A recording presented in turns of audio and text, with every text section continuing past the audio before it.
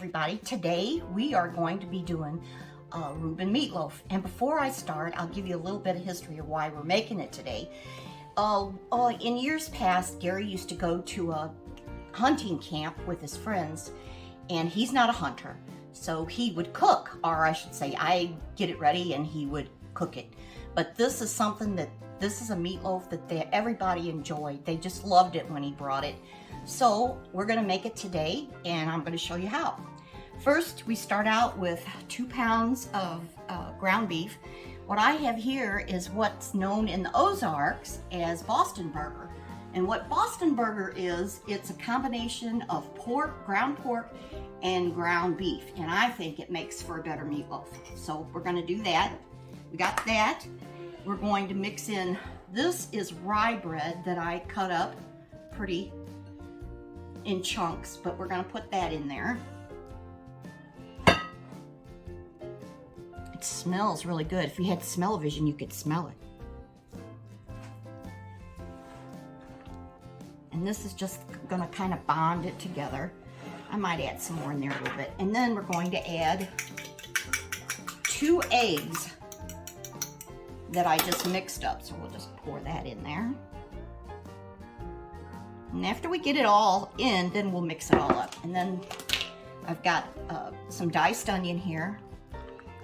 I don't know, I'd say maybe 1/4 cup of diced onion. And then for something unusual that you don't usually put in meatloaf, but this is relish. I'm using Famous Dave's spicy relish. A lot of people like dill, but we like sweet relish. And then we're gonna put a little bit of Worcestershire sauce in it. Just a few shakes. Got a lot of meat, so there you go. All right, some salt.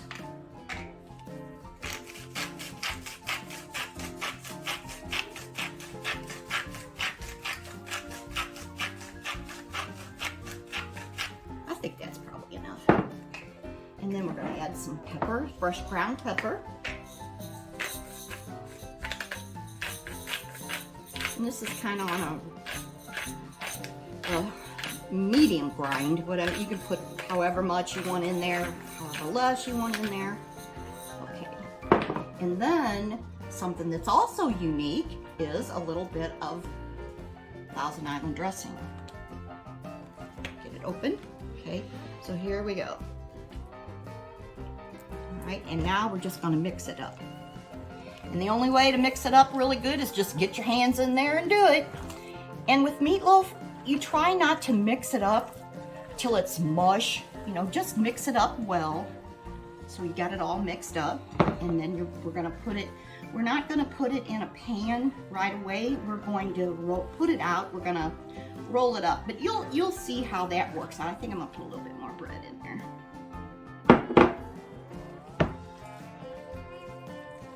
Okay, I think we've got it mixed pretty good. And then I'll show you what else we're gonna do with it in just a bit.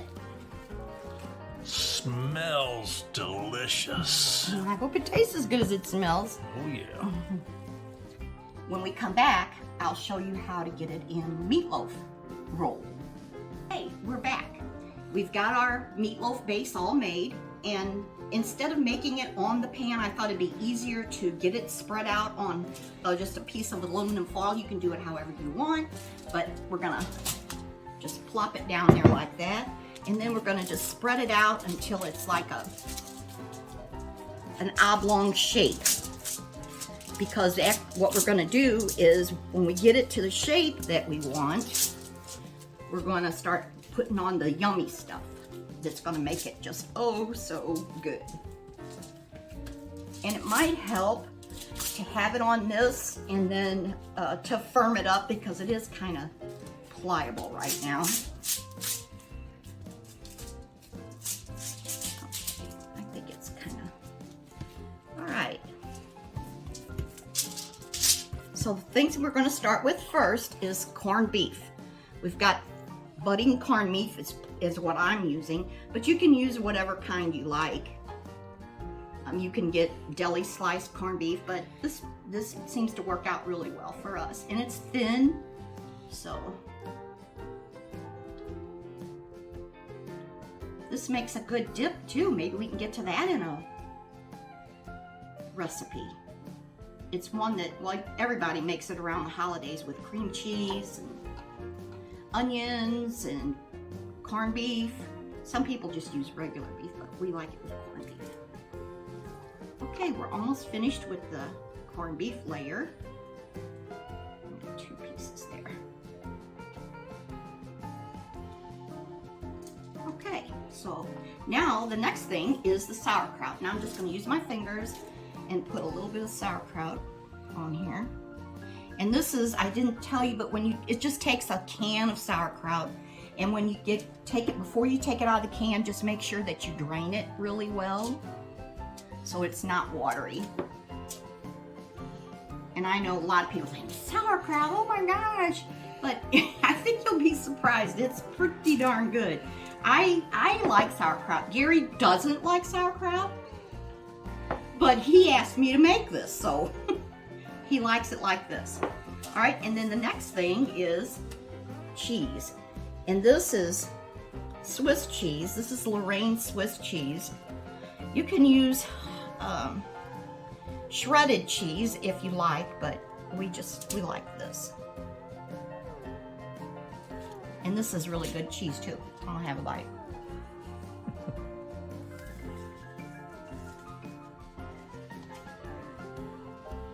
And it doesn't matter how you put the cheese on there, you know, just make sure that you got enough in there to... Here we go.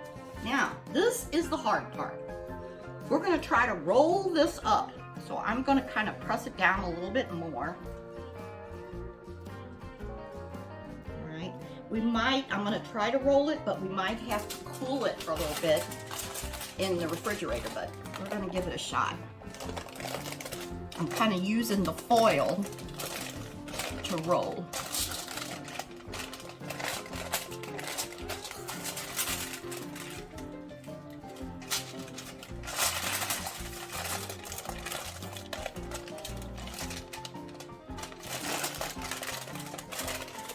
Like I said, it might work better if you put it in the fridge for a little while and let the meat get firm.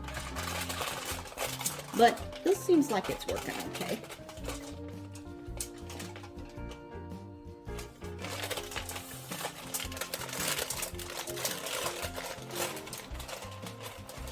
We're almost there. Okay.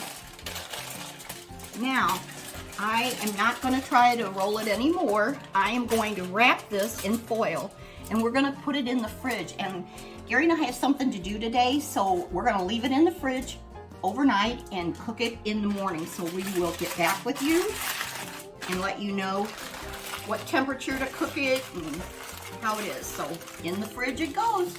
Hi everybody, we're back. It's the next day, and we could have had a better day for cooking, to resume cooking the meatloaf, but it's raining outside, but we're gonna do it anyway. So here we go. We left it set in the refrigerator overnight.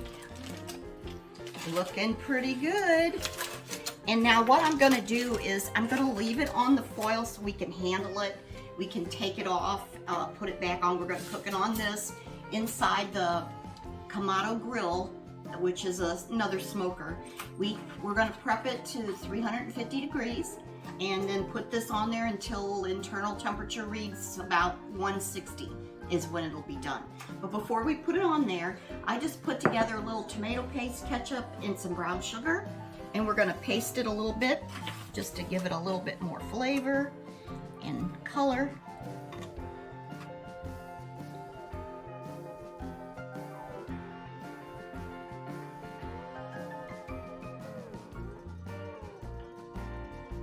Okay, so now we're ready to put it on the pan here. I'm going to turn it sideways. We're going to make like a little boat. Here we go. And then I'm going to kind of fold it up to catch the drippings that may come off of it as it cooks. And this way we can kind of pour it off if it gets to be too much. Okay, now we just have to wait for the KAMADO grill to warm up to 350 and we'll be ready to go.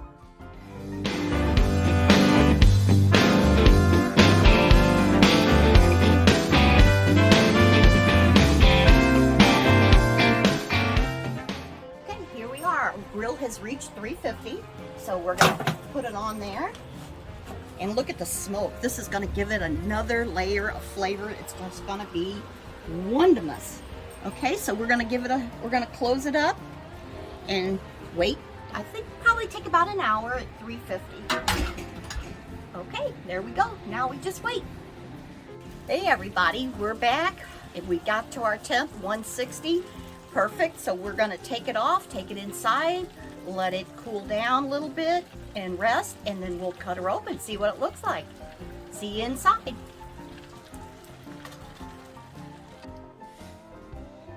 Well, the moment has arrived. Our Reuben meatloaf is finished. One thing I forgot, I just thought that I forgot to tell you what type of bread that we were using yesterday. Rye bread, but what I used was a marble rye, which was very good. So we're gonna cut into this right down the middle.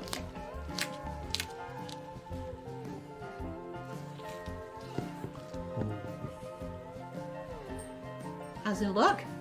Looks good. Okay, good. So I got a taste here. I'm gonna taste of it.